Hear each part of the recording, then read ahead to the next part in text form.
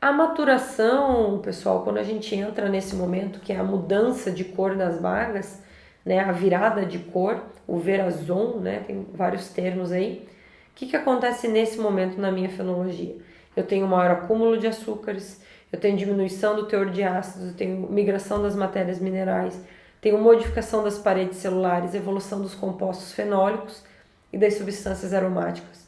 Olha esses termos aí, compostos fenólicos e substâncias aromáticas, né? Isso aí lá no vinho, que é o nosso produto final aqui né, que a gente busca, são extremamente essenciais. É nesse momento que eles começam a tomar mais corpo, se formar com mais ou menos porcentagens ou concentrações, que a gente pode dizer dessa forma. Né? As bagas vão ficando mais moles, né? Vão ficando mais doces. Aí a gente tem um gráficozinho, né, de toda a evolução: formação, período de crescimento, verazon, maturação e sobrematuração. A sobrematuração seria a senescência desse fruto, né? Ele já começa a entrar num período em que ele vai para a senescência. Então, tudo que ele acumulou, às vezes ele começa a consumir também. Então, é importante, por isso existe um ponto de colheita, né? Um ponto limite ali. Dentro da maturação, se a gente for avaliar num gráfico de concentração de elementos em relação ao tempo, eu tenho a quantidade de açúcares, né, que vão sendo acumulados de acordo com o passar do tempo, e os ácidos, eles vão reduzindo a concentração. Então, ele é inverso, ok? A quantidade de açúcar vai acumular de acordo também com os fatores, né? Vários fatores. A variedade, ou a cultivar, no caso, condição climática daquele ano, o vigor daquela planta, ou também de acordo com o porta-enxerto, a sanidade. Eu tive muito problema com doença, não tive, como foi esse ano, né? E o conjunto das práticas culturais que a gente vem falando até agora: as podas, poda de limpeza, os manejos, desfolha, desponte, etc. Quanto mais madura a uva, maior a concentração de açúcar e menor de acidez, como a gente vê no gráfico. E aí aqui é o interessante, ó. Climas mais frios preservam mais a acidez e os aromas.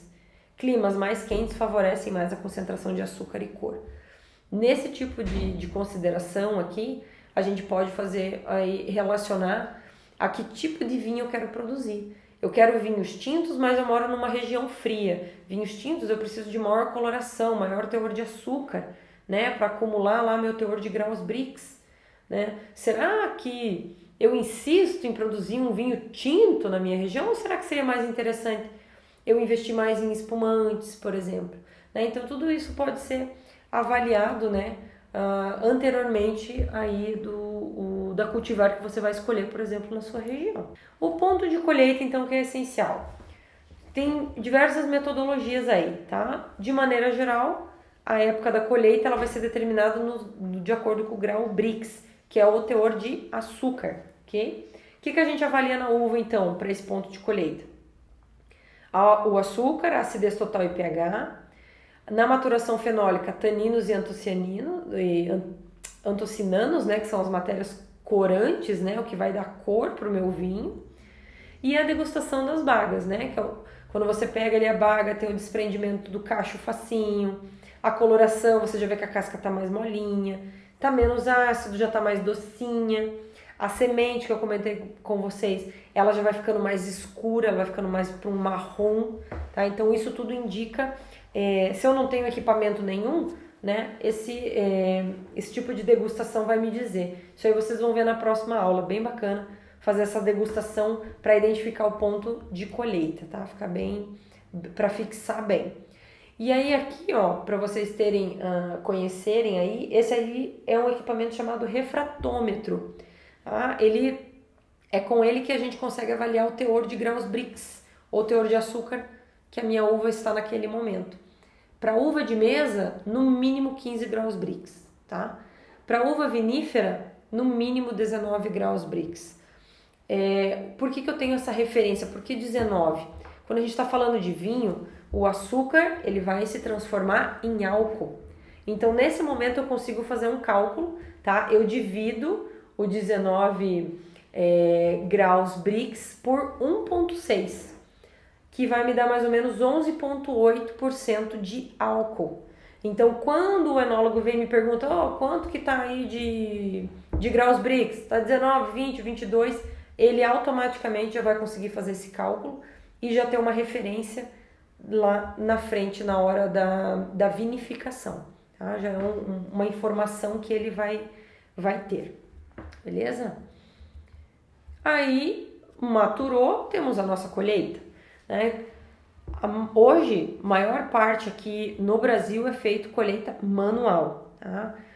Ela é feita justamente porque vários terrenos você não tem condição de fazer uma colheita mecanizada, porque os terrenos são acidentados, que a gente chama, né? Ainda temos mão de obra, uma questão aí também dependendo da região, e também questão de custos, tá, pessoal? Tudo é questão de avaliação. O que é bom da colheita manual é que você já vai fazendo uma seleção nos cachos, né? Se eu tenho baga podre, baga verde, eu já consigo retirar, né? E já fazer uma pré-seleção para evitar que esse tipo de elementos, né? Essas bagas podres ou verdes, acabem dando características ou elementos lá na hora da maceração, né? Lá na frente, na hora da vinificação na cantina. Então, a colheita manual ajuda muito a gente nesse sentido, tá? No geral, para a colheita, nós tentamos realizar ela nas horas mais frescas do dia. Nem sempre, teoria é lindo, né? Prática é totalmente diferente. A gente procura fazer isso. Por quê?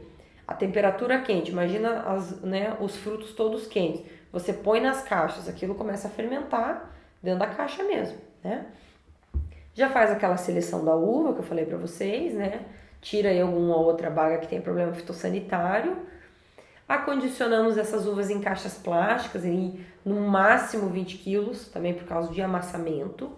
Mantemos essas uvas, colheu, pelo menos põe na sombra, né? Se conseguir levar direto para a unidade beneficiadora, para a cantina, melhor ainda. Quanto mais rápido você inicia o processo, menos características você vai perdendo. E dependendo, se você não dá tempo de você macerar tudo, já colocar no tanque no mesmo dia, fazer alguns processos, uma câmara fria, né, ajuda muito nesse sentido. As temperaturas mais amenas, mais frias, vão ajudar a gente a conservar essa matéria-prima por mais um tempo, sem perder tanta qualidade, né? Mas o quanto antes você conseguir vinificar, iniciar o processo, melhor vai ser. Em relação à colheita mecânica, ela vai permitir colher grande quantidade em menor tempo, mas não tem aquela seleção lá da colheita manual, né? E também ela tem que ser apta para terrenos planos. Então, tudo vai depender das condições que você tem. E aí, terminamos a colheita, a gente continua cuidando do vinhedo, pessoal, né? Se a gente vê aqui nesse slide aqui, né, o ciclo da videira no hemisfério sul. Então, é um ciclo, o nome já diz.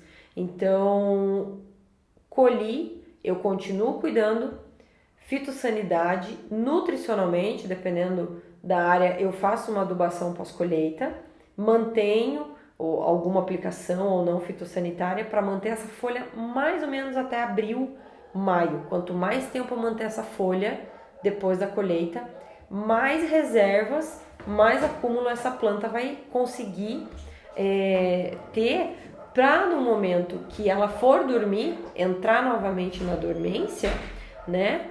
Ela vai dormir, vamos dizer assim, com a pança cheia, né? O freezer tá carregado.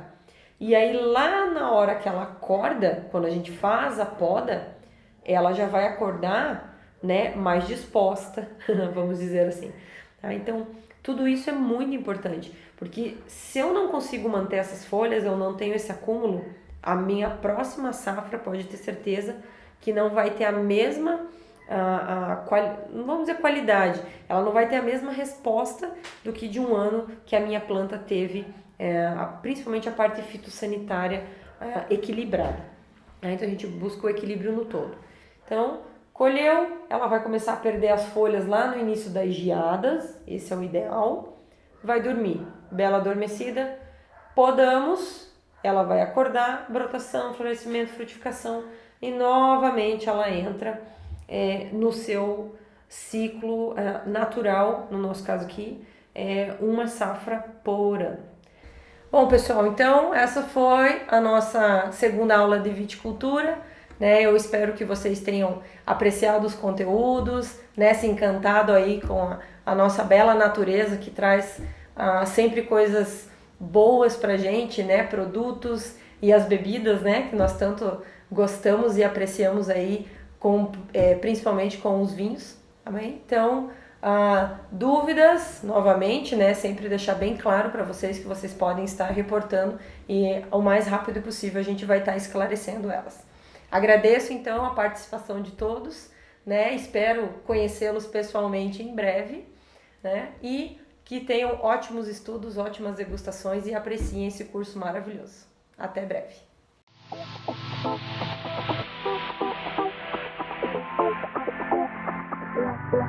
Bye.